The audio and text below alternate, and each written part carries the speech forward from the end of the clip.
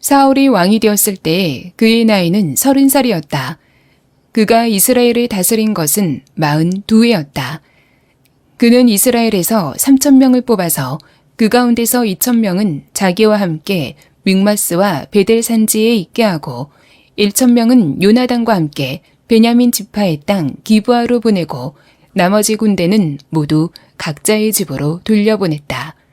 사울은 사무엘의 말대로 이랫동안 사무엘을 기다렸으나 그는 길갈로 오지 않았다. 그러자 백성은 사울에게서 떠나 흩어지기 시작하였다.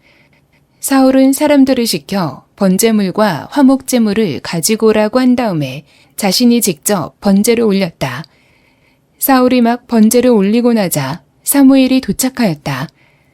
사울이 나가 그를 맞으며 인사를 드리니 사무엘이 꾸짖었다.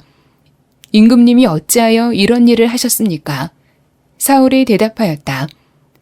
백성은 나에게서 떠나 흩어지고 제사장께서는 약속한 날짜에 오시지도 않고 블레셋 사람은 믹마스에 모여들고 있었습니다. 이러다가는 제가 주님께 은혜를 구하기도 전에 블레셋 사람이 길갈로 내려와서 칠 것 같은 생각이 들어서 할 수 없이 번제를 드렸습니다. 사무엘이 사울에게 말하였다. 해서는 안 될 일을 하셨습니다. 주 하나님이 명하신 것을 임금님이 지키지 않으셨습니다. 명령을 어기지 않으셨더라면 임금님과 임금님의 자손이 언제까지나 이스라엘을 다스리도록 주님께서 영원토록 굳게 세워주셨을 것입니다. 그러나 이제는 임금님의 왕조가 더 이상 계속되지 못할 것입니다.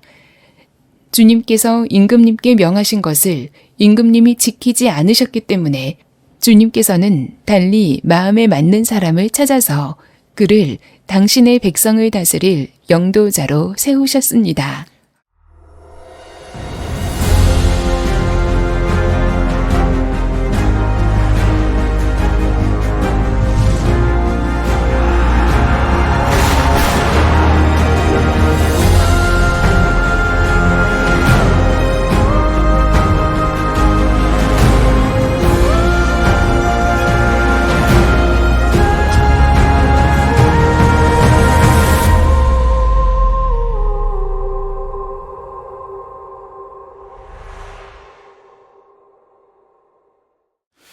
사무엘상 하나님 마음에 맞는 사람 15번째 시간입니다. 사울의 실패에서 이것을 배우라 라는 제목의 말씀을 나누겠습니다. 지난주에 참 안타까운 사건이 또 벌어지고 말았습니다. 화성의 아리셀 공장 화재로 23명의 소중한 목숨이 사라지고 말았습니다. 공장에서 일했던 작업자의 증언에 의하면 회사에서 안전교육을 받은 적이 없어서 비상구가 어딘지 몰랐답니다. 그리고 이미 지난 3월에 공장 화재 위험을 경고한 문건이, 내부 문건이 나왔다는 거예요. 예고된 화재였어요. 즉 이것은 인재, 사람으로 말미암은 재난이었던 것이죠. 톰 소여의 모험 아십니까? 쓴 작가죠. 마크 트웨인이 이런 얘기를 했어요. 역사는 똑같이 반복되지는 않습니다. 그러나 역사는 운율을 맞춥니다. 그래서 역사에서 배우지 못한 사람들은 역사를 되풀이한다는 말이 또한 있죠. 지난 사무엘상 12장 기억나십니까? 그때 이 사사기의 사이클이 있다라고 말씀을 드렸어요. 계속 반복되는 사이클이 바로 이루어지는데 잊어버리기 때문에 발생합니다. 그래서 이것을 통찰한 독일의 철학자가 이런 얘기를 했어요. 인간은 역사로부터 아무것도 배우지 못한다는 것을 역사로부터 배웠다. 굉장히 의미심장한 얘기입니다. 아무것도 배우지 못한다는 사실을 역사로부터 배웠다. 제가 이 역사 이야기를 반복하는 이유가 있습니다. 이 사울의 삶에 다시 이스라엘의 실패의 역사가 되풀이되기 때문에 그렇습니다. 그리고 두려운 것은 이 사울의 실패가 고스란히 우리에게도 동일하게 반복될 수 있다는 점입니다. 사도 바울이 고린도 교회에 편지를 보낼 때에 이런 얘기를 한 적이 있어요. 출애굽 이후에 광야에서 죽은 백성들의 이야기를 들려주면서 이것이 우리에게 전해진 이유가 있다. 그것이 뭐라고 했냐면 10장 11절에 이런 일들이 그들에게 일어난 것은 본보기, examples, 본보기가 되어서 되고 하려는 것이며 그것들이 기록된 것은 말세를 만난 우리에게 뭐예요? 경고가 되게 하려고, warnings, 경고들이 되게 하려고 우리에게 남겨진 거예요. 그러니까 이 성경에는 교훈과 책망이 있어요. 경고가 담겨 있습니다. 그 길로 가서는 안 된다라는 경고, 이 길로 가야 한다라는 생명의 말씀이 쓰여져 있죠. 오늘 사무엘상 13장 말씀도 동일합니다. 본보기가 되어서 우리로 하여금 사울의 실패의 길로 가서는 안 된다라고 우리에게 지금 살아계신 주님께서 성령을 통해, 말씀을 통해 지금 이 시간 우리 각자에게 말씀하고 계신다는 것입니다. 오늘 이 이야기를 통해 왜 사울이 그의 왕권이 오래 지속되지 못했는지, 또한 그 사울의 실패의 본질은 무엇인지, 그리고 사울의 실패를 통해서 우리에게 말씀하시는 교훈이 무엇인지를 살펴보도록 하겠습니다.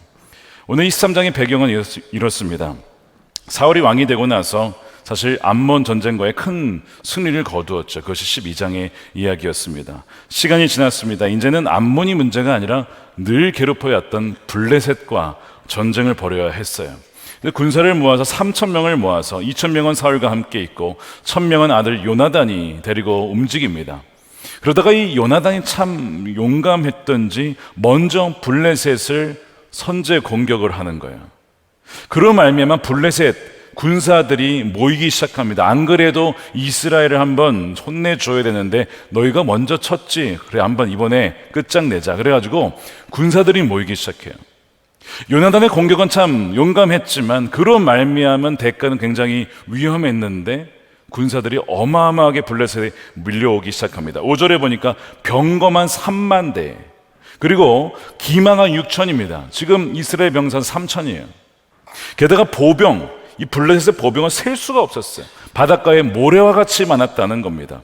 그들이 사울이 있었던 이 믹마스라고 하는 지역 쪽으로 와서 진을 치게 됩니다. 사태가 굉장히 심각해졌어요. 이 전쟁을 시작을 했는데 상대방이 너무 많은 것입니다. 포위가 된 거예요. 그러니까 이스라엘 군사들이 딱 봤을 때 이 전쟁은 이기기가 어렵다라고 느꼈는지 도망가기 시작하고 숨기 시작합니다. 굴이나 숲이나 바위 틈이나 구덩이에 숨기 시작하는 거예요. 사기가 떨어지기 시작합니다. 전쟁에 있어서 사기가 얼마나 중요한지 나폴레옹은 이런 얘기를 했다고 합니다. 전쟁에 있어서 사기는 4분의 3의 힘을 발휘한다. 그 어떤 병사나 무기보다 사기가 중요하다는 거예요. 그런데 시작하기도 전에 사기가 완전히 바닥을 치고 있는 겁니다. 그나마 사울은 참 그래도 자기가 왕이라서 그랬는지 그 길갈이라고 하는 지역에 계속 머물러 있습니다. 그리고 병사들이 같이 몇 명 그와 함께 따르는 군사들이 있었어요. 근데 괜찮았는가? 아닙니다. 7절에 보니까 그 병사들도, 군인들도 모두 떨고 있었습니다. 예전에 어떤 드라마에서 유명한 얘기, 나 떨고 있니? 서로 너 떨고 있냐? 다 떨고 있는 거 너무 무서운 거죠. 생각해 보세요. 셀 수 없는 병사들이 우리를 지금 둘러싸서 지금 포위를 하고 있습니다. 이길 수가 없는 전쟁이에요. 이기고 지기고 떠나서 이거 죽을 수 있는 전쟁입니다. 그런데 어쨌든 사울은 그 자리를 지키고 있었어요. 사울이 칭찬받을 만한 일이 하나 있었는데 말씀대로 사무엘을 7일간 기다렸다는 데 있습니다. 사무엘상 10장에 보면 이런 얘기를 한 적이 있어요. 사무엘이 뭐냐면 길갈로 가서 7일간 기다려라. 그러면 그 다음에 내가 번제를 드릴 텐데 그 다음에 내가 할 일을 알려주겠다는 거예요. 그것이 8절 말씀이죠. 길갈로 먼저 내려가십시오. 나도 뒤따라 갈 것입니다. 번제와 화목제물을 드릴 것이니 내가 갈 때까지 7일간 기다려 주십시오. 그때 가서 하셔야 할 일을 알려드리겠습니다. 아마 이 10장과 13장이 연결되는 본문 같습니다.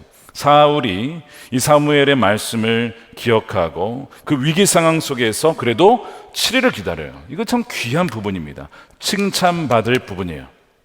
그런데 문제는 7일 지났는데 사무엘이 등장하지 않는 거예요. 길갈에 오지 않는 거예요. 자, 그러면 어떻게 됩니까? 계속 기다려야 됩니까? 무엇이라도 해야 될까요? 여러분 어떻게 하시겠어요? 기다리겠다 나는. 거의 없으시네요. 뭔가라도 하겠다. 뭐 잘 모르겠으니까 가만히 있겠다 하시는 건가요 지금? 네. 뭔가 기다리기에는 사기가 바닥을 치니까 지도자로서 뭔가 해야 했다라고 생각을 한 것 같아요. 그래서 사울은 7일 기다려도 안 오니까 직접 자기가 제사장이 아닌데, 율법이 금하고 있는데 직접 번제를 드리기로 결정을 하는데, 이것이 사울의 인생을 완전히 180도 바꾸는 최악의 결정이 되고 말았습니다. 인생을 바꾸는 최악의 결정이 여기서 발생해요. 자, 9절에 사울은 사람들을 시켜서 번제물과 화목제물 가지고 오라고 한 다음에 직접 번제를 드렸다. 번제를 드리고 났더니 마침 기가 막히게 그때 사무엘이 막 도착을 한 거예요. 어떤 학자가 이런 얘기를 했어요. 이거는 사무엘이 저렇게 숨어 있다가 어떻게 하나 보자 하다가 나타났다, 이렇게 보는 학자도 있습니다. 근데 뭐 그것이 맞든 아니면 정말 타이밍이 맞았든 제가 봤을 때는 왔는데 마침 번제가 끝난 상황이었던 것 같아요. 어쨌든 그걸 보면서 사울이 놀랬겠죠. 우리는 이제 사무엘을 맞이하는데 사무엘의 표정이 좋지가 않은 거예요. 표정이 굳어있는 채 결국에는 이 사무엘이 사울을 꾸짖죠. 임금님 어찌하여 이런 일을 행했습니까? 라고 막 꾸짖기 시작합니다. 왜 번제를 직접 드렸냐 이거예요. 나를 기다리지 않았냐 이거죠. 사무엘이요, 그냥 드린 게 아니잖아요. 지금 그럴 수밖에 없었던 세 가지 이유를 변명을 대기 시작하는데, 첫 번째가요, 백성들이 나에게서 떠나 흩어졌다는 거예요. 기업으로 말하면요, 고객들이 사라지고요, 매출이 떨어지고 계약이 안 되고 그런 줄어드는 상황이에요. 대통령으로 말하면 지지율이 떨어지고 있습니다. 신뢰도가 떨어지고 있습니다.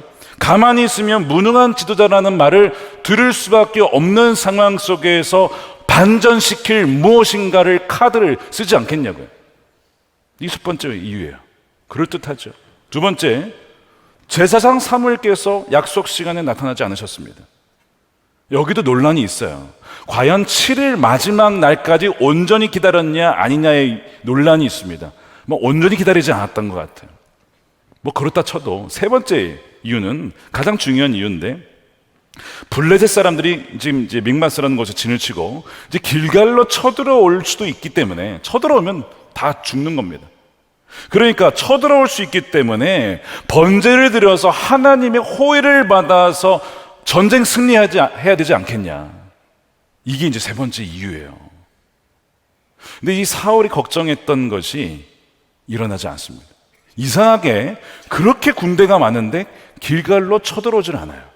그러니까 사울의 걱정은 실제 일어난 일이 아니었던 거예요. 미리 지레 겁을 먹고 자기가 먼저 손을 쓴 것이죠. 뭐 어찌됐든 이 세 가지 변명을 가만 들어보면요, 사울이 그럴 수밖에 없었다. 편을 들기 참 쉽지가 않지만 그래도 이해는 됩니다. 억울한 면이 참 많이 있다는 거예요. 아마 저를 포함해서 많은 분들이 사울의 입장이었다면 아마 사울처럼 했을 가능성이 아주 높다는 것이죠. 논리는 상당히 합리적이었고 이성적이었습니다. 세상적으로 보기에도 다른 왕들도 아마 그렇게 했을 거예요. 근데 문제는 사울은 다른 나라의 왕들과는 달랐다는 데 있어요. 사울은 하나님 나라의, 즉 이스라엘이라고 하는 나라의 왕이었고 그 위에는 하나님이 계셨습니다. 가장 중요한 것은 하나님의 때를 기다리고 하나님의 말씀에 경청해서 아무리 압박이 들어와도 말씀을 지키는 것이 왕의 가장 중요한 덕목이었거든요. 그런데 사울은 자기가 마치 다른 나라의 왕들과 똑같은 왕인 것처럼 행동을 했다는 데 있습니다. 자, 그러면서 사무엘이 책망을 하게 되는데 그 책망의 내용이 참 굉장히 강력한 말을 합니다. 13절 말씀을 개정판으로 읽어볼게요. 사무엘이 사울에게 이르되 왕이 망령되이 행하였도다. 우리말 성경에는 어리석게 행하였습니다 라고 번역을 했어요. 이 망령되다를 사전을 찾아보면 이런 뜻입니다. 나이가 들거나 정신이 흐려져서 말이나 행동이 정상을 벗어난 데가 있다 할 때 망령되다라는 표현을 씁니다. 그런데 이 사실 사무엘이 나이가 훨씬 많습니다. 사울은 나이가 젊어요. 그런데 이 사무엘의 선택이 사실은 정상에서 벗어난 치명적인 실수의 결정을 내렸다는 것이죠. 인생을 바꿀 만한 결정을 내리고 맙니다. 어리석은 결정이었다는 거예요. 그것은 바로 불순종이었습니다. 하나님 명령에 불순종한 거였어요. 자, 13절이죠. 주 하나님이 명하신 것을 임금님이 지키지 않았으니, 만일 명령을 어기지 않았더라면 임금님과 자손이 언제까지나 이스라엘을 다스리도록 주님께서 영원토록 그러니까 하나님의 계획은 영원토록 굳게 세워주셨을 것입니다. 그 계획인데 그 사울의 그 결정이, 어리석은 결정이 인생을 완전히 바꾸게 만든 것입니다. 여러분, 사울의 불순종은요, 결과지 원인이 아닙니다. 어떤 원인으로 말미암아 불순종을 하게 되는 거예요. 그럼 무엇이 원인이었냐? 사울이 보기에 믹마스에 막 몰려든 블레셋의 군대와 그 위험과 그 숫자가 하나님보다 훨씬 더 크게 보였던 것입니다. 그가 마주하고 당한 현실이 보이지 아니하는 하나님보다 더 실제적으로 보였다는 데 있습니다. 그것은 뭐예요? 믿음의 결핍입니다. 여러분들이 지금 마주하고 있는 현실과 살아계신 하나님을 볼 때에 누가 더 커 보이십니까? 여러분들이 마주한 현실입니까? 아니면 하나님이십니까? 사울에게는 마주한 현실이 너무 훨씬 더 커 보였던 거예요. 그 원인은 바로 믿음의 결핍이었어요. 바로 믿음의 실패였죠. 그 결과가 불순종이에요. 불순종은 그냥 하는 것이 아닙니다. 내게 그 믿음이 없기 때문에, 하나님을 향한 신뢰가 없기 때문에 불순종하는 거예요. 말씀을 지킬 수가 없는 것이죠. 여기에서 우리가 사울의 실패에서 배워야 될 첫 번째가 등장하는데, 따라하겠습니다. 불순종은 믿음의 결핍의 결과다. 내 삶에 불순종이 나타나고 있다면 뭘 점검해야 되냐면 내 믿음의 건강 상태를 점검해야 됩니다. 신앙생활의 불순종의 원인은 내 상황이 어려워서 악화되어서만이 아니에요. 더 근본적인 원인이 있습니다. 바로 이 믿음의 문제에 있는 거예요. 사울이 지금 보니까 표면적으로 보기에는 이가 불순종하는 이유가 흩어지는 군대, 또한 사라지는 군대, 상대적으로는 그 적들은 막 모여 있고, 이렇게 보기에 포위 상황, 이것이 그가 불순종한 이유이죠.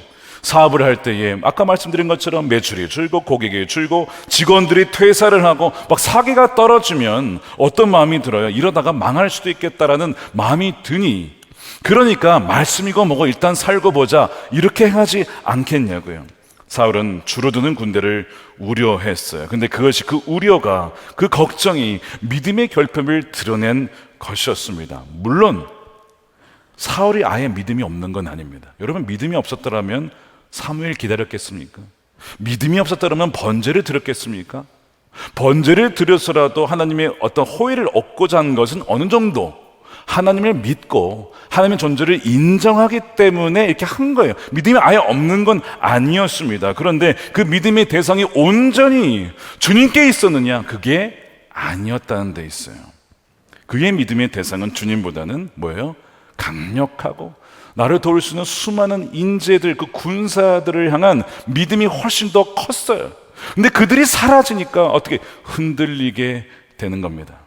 나의 흔들리는 믿음은 결국 내가 무엇을 의지하고 있는지를 보여주게 되는 것이죠. 사실 믿음이 완벽한 자가 어디 있겠습니까?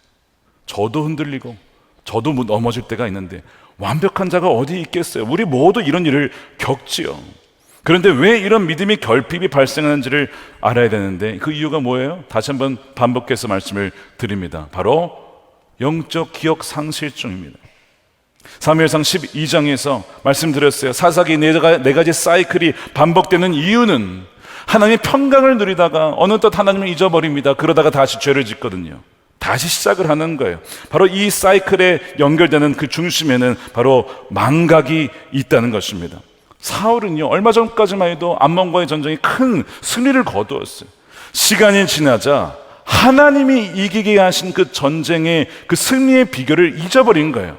하나님이 이기게 하신 게 아니라 마치 전쟁의 승패가 군대의 많고 적음에 있는 것 마냥 그렇게 바뀌어 버리는 것이죠. 불과 얼마 지나지 않아서 이 사울은 하나님의 그 역사하심을 잊어버린 것입니다.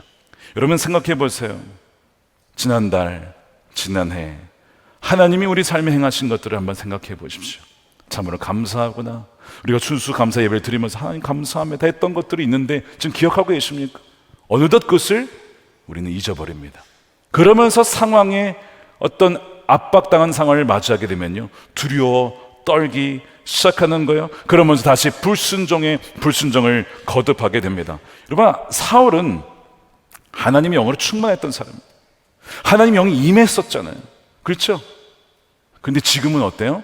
언제 그랬냐는 듯이 성령 충만은 늘 현재여야 해요. 현재. 내가 과거에 성령 충만했어.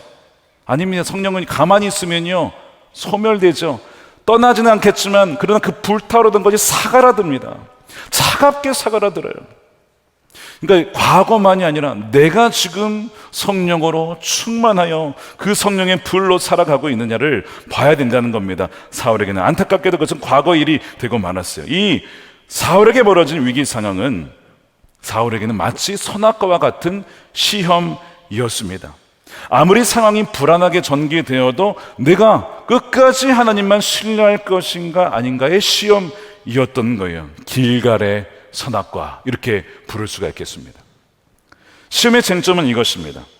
과연 사울이 하나님 아래에서 그분을 따르며 섬기는 왕이 될 것인가, 아니면 하나님의 자리를 대체하고 대신하는 왕이 될 것인가의 시험이었던 것입니다. 그러나 이 시험은 동일하게 우리에게도 일어나죠. 언제? 아까 말씀드린 것처럼 상황이 너무나 급박스럽고 또한 압박당한 상황에 우리가 처하게 되면요, 우리도 그런 유혹을 받게 되는 거예요. 하나님 대신해서, 하나님 자리에서 내가 일을 처리하고 싶은 유혹이 듭니다. 사울은 결국 직접 번제를 드림으로써 선악과를 따먹었는데 이것이 어리석은 명령된 행동이었고 생각이었습니다. 사랑하는 여러분, 지금 사울과 같은 형편에 계신 분 계십니까? 믹마스의 포위 상황, 점점 악화되고 매출은 줄고 함께하는 인자들이 떠나가고 준비적인 프로젝트는 잘 안 되어가고 지지부진하고 멈춰 있습니까? 이때 이것이 길갈의 사울에게 벌어진 선악과 시험과 같음을 여러분 기억하셔야 돼요. 내가 하나님 아래에서 주의 자녀로 여전히 주님을 신뢰할 것인가, 아니면 하나님을 대신하는 왕으로 왕처럼 살아갈 것이냐의 시험입니다. 바로 여기에서 이 시험을 여러분 통과하셔야 돼요. 미국에서 목회할 때 코로나19가 터졌어요. 여러분 어려운 시기를 다 보내셨죠. 저도 미국에서 쉽지 않은 시기를 보냈습니다. 목회 비상이 걸렸어요. 성도님들은 교회 나올 수가 없었고 또한 교회 재정은 줄어들기 시작했고, 그래서 급히 온라인 사역으로 다 전환을 하면서 차차 회복을 하기 시작했습니다. 그런데 그렇게 극복을 하던 중간에 통역하시던 분이 갑자기 인근 교회 담임 목사로 청빙을 받게 되었어요. 너무 축하할 일인데 그분이 청년 담당의 찬양 인도자셨어요. 미국에서 귀한 목회자 모시기 정말 어렵습니다. 그렇게 가시고 나니까 뭐가 찾아와요? 염려가 찾아옵니다. 코로나19에다가 게다가 예배 사역자가 사라졌고 청년 담당 사역자가 사라졌으니 어떻게 해야 되나 염려가 밀어들기 시작했습니다. 며칠간 잠을 잘 수가 없었습니다. 어느 날 기도를 하는데 너의 삶과 목회는 누가 주관하니? 주님이시지요. 당연히 주님이시지요. 그런데 왜 염려하냐? 왜 걱정하냐? 너 왜 잠을 못 자냐? 맡기지 못한다는 얘기예요. 물론 하나님을 믿지만 좋은 인재와 좋은 동역자 필요하지 않습니까? 좋은 팀 이루는 거 필요하죠. 중요하죠. 그러나 그것도 하나님이 주관하시는 거예요. 그렇지. 그것도 하나님이 주관하시는 것이지. 주님께 다 맡기겠습니다.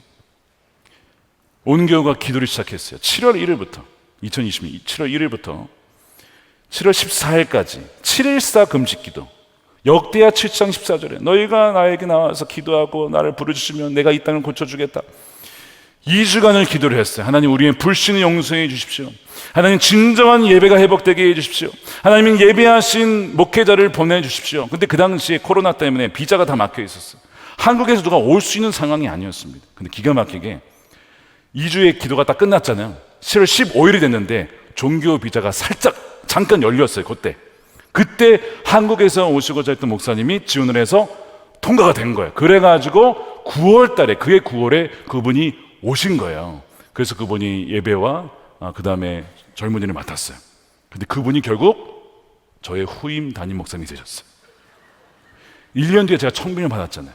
하나님 미리 다 아시고 아시고 그분을 또 그때 딱 다 보내주신 거예요. 제가 그 지난 4개월에 그걸 보면서 하나님의 주권과 섭리가 얼마나 놀라운지, 야, 걱정할 게 하나도 없구나, 하나님만 믿으면 되는구나 하는 것을 보게 되었습니다. 하나님의 시험이었던 것이죠. 사랑하는 여러분, 위기 상황과 압박은 우리의 믿음의 시험인 것을 여러분 기억하시길 바랍니다.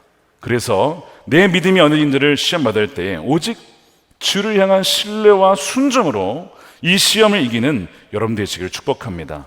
우리 두 번째가 있습니다. 따라하겠습니다. 믿음의 결핍은 예배의 변질에서 온다. 여러분, 이 예배는 단지 주일날 또 수요일날 새벽에 모이는 예배를 말하는 것은 아닙니다. 물론 그것도 포함하지만 예배라고 하는 것은 하나님이 가장 내게 존귀하신 분이고 그 자체로 영광받고 찬양받으실 분입니다. 이것이 예배의 본질이거든요.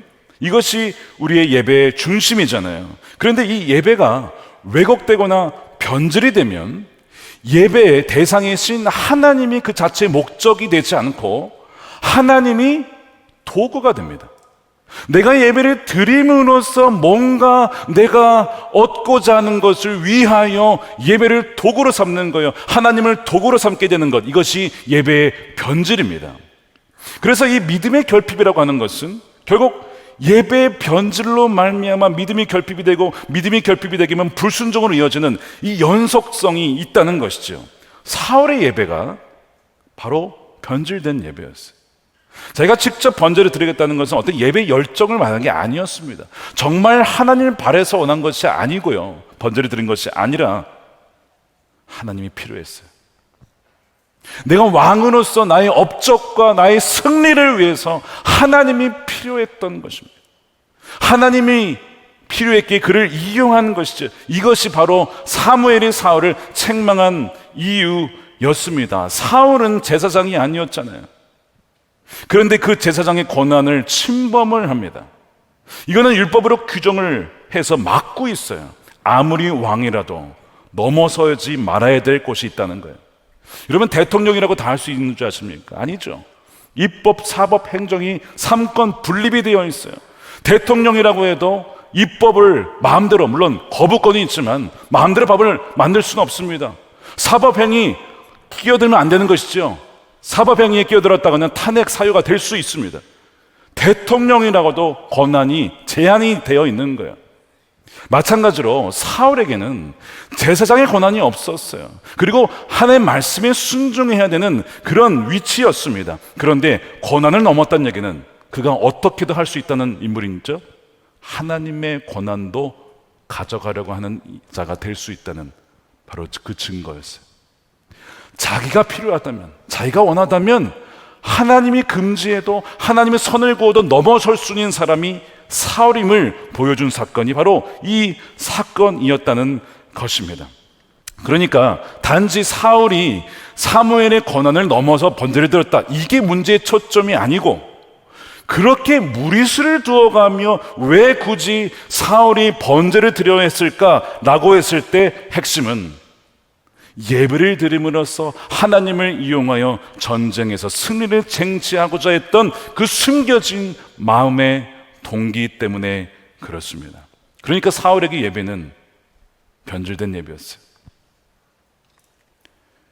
우리 마음을 점검해 보십시다. 오늘 이 자리에 귀하신 분들이 많이 오셨어요. 온라인으로도 예배를 드리고, 하나님, 정말 하나님만을 찬양합니다. 아마 그렇게 예배를 드리실 거예요. 그런데 이 예배가 이렇게 예배를 드릴 수도 있습니다. 이 예배를 드리면, 내가 잘 드리면 하나님께서 내 인생을 풀어주시겠지, 매출을 늘려주시겠지, 진급해 주시겠지. 그렇게 예배를 드린다면 그 예배는 이미 실패한 예배예요. 그것이 사울의 번제인 것입니다. 여러분, 역사가 반복되고 되풀이된다고 말씀을 드렸어요. 사무엘상 2장에 블레셋이 쳐들어왔어요. 아, 이거 이길 수 없겠다.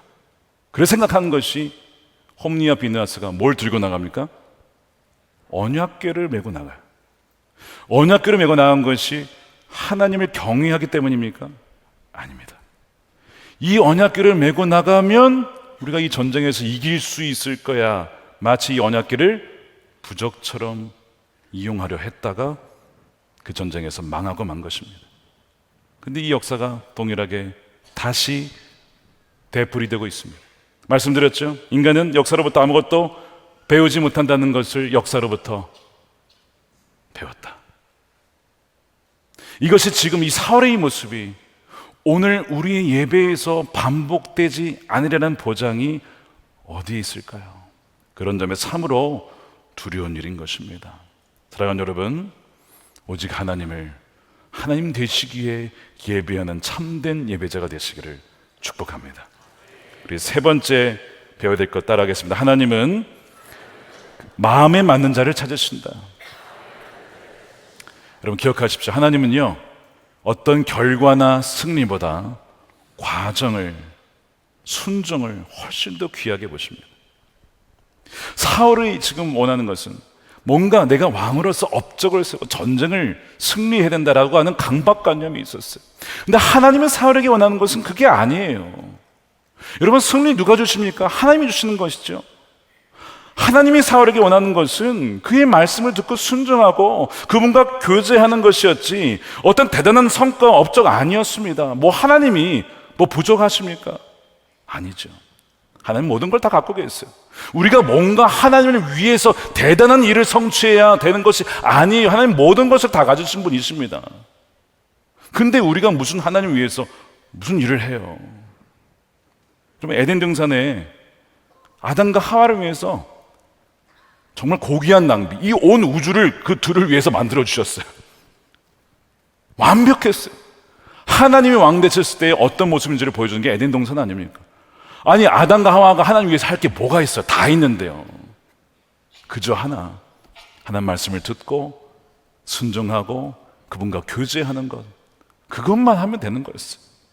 근데 그걸 하지 못하고 굳이 하지 말라고 하는 선악과를 따먹음으로써 하나님의 자리를 차지하려고 했던 것이 아담의 범죄입니다. 그로 말미암아 하나님과의 인간과의 관계가 다 깨어지죠. 사람과 사람과의 관계가 깨어집니다. 사람과 자연과의 관계가 깨어지면서 우리가 지금 오늘날 얼마나 많은 피해를 당하고 있습니까? 이것이 우리가 인간이 처한 현실이죠. 이 구원을 이루시기 위하여서 예수님이 오셨어요. 우리의 반역죄를 용서하셨습니다. 사하셨습니다. 그래야 하나님과 우리의 관계가 다시 회복이 되었고 사람과 사람과의 관계가 회복이 되었고 그 다음에 궁극적으로 이제는 사람과 자연이 온 우주 만물이 회복되어지는 때가 오고 있어요. 그것이 완전한 하나님 나라이죠. 여기에서 말씀한 것처럼 바로 십자가를 통해서 하나님이 우리에게 원하시는 것은 그죠?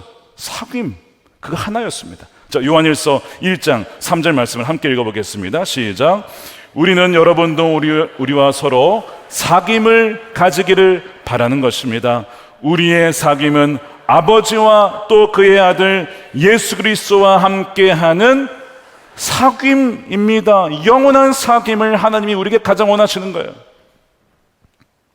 사울은 내가 뭔가 대단한 것을 이루어야 된다고 생각했어요. 아니에요. 사울에게 원하는 것은 하나의 마음에 합하여서 내 마음을 찾고 내 마음을 따라 함께 교제하며 내가 가는 곳이면 함께 동행하고 그런 사람을 하나님은 원하셨어요. 그것이 예배죠. 그것이 순종의 예배입니다. 근데 그걸 알았기 때문에 하나님께서는 그 사람을 찾기로 하십니다. 14절에 보십시오. 이제는 임금님의 왕조가 더 이상 계속되지 못할 것입니다. 주님께서 임금님께 명하신 것을 지키지 않으셨기 때문에 주님께서는 달리 마음에 맞는 사람을 찾아서 그를 당신의 백성을 다스릴 영도자를 세우셨습니다. 주님이 마음에 맞는 사람, 하나님 마음에 어디에 있고 묻고 쫓고 따르는 사람. 이제 우리가 보게 되겠지만 다윗이 바로 그런 인물이었습니다. 다윗의 인생을 잘 표현하는 구절 중에 하나가 시편 23편만이 아니고 27편 4절입니다. 주님, 나에게 단 하나의 소원이 있습니다. 나는 오직 그 하나만 추구하겠습니다. 그것은 한평생 주님의 집에 살면서 주님의 자비로운 모습을 바라보는 것과 성전에서 주님과 의논하며 대화하며 교제하며 살아가는 것, 이 한 가지만 구하겠습니다. 놀랍게도 이것이 하나님이 사울에게 원했던 것입니다. 다윗은 이미 이걸 알고 있었어요. 그래서 하나님이 사울에게서 다윗에게로 촛대를 옮기신 이유입니다. 사랑하는 여러분, 거창한 거 아니에요. 하나님이 이렇게 원하시는 거 대단한 거 아닙니다. 그저 주님과 교제하고 그분의 사랑 안에 거하며 사귀며 그저 그분의 말씀에 순종하며 살아가는 것, 여러분 그것이면 충분한 거예요. 하나님은 그 마음에 맞는 사람을 지금도 찾고 계십니다. 기도하기를 저 여러분이 그 하나님 마음에 맞는 사람으로 하나님과 동행하며 주의 말씀을 따라 순종하는 그 복된 인생을 살아가게 되시기를 주님의 이름으로 축원드립니다.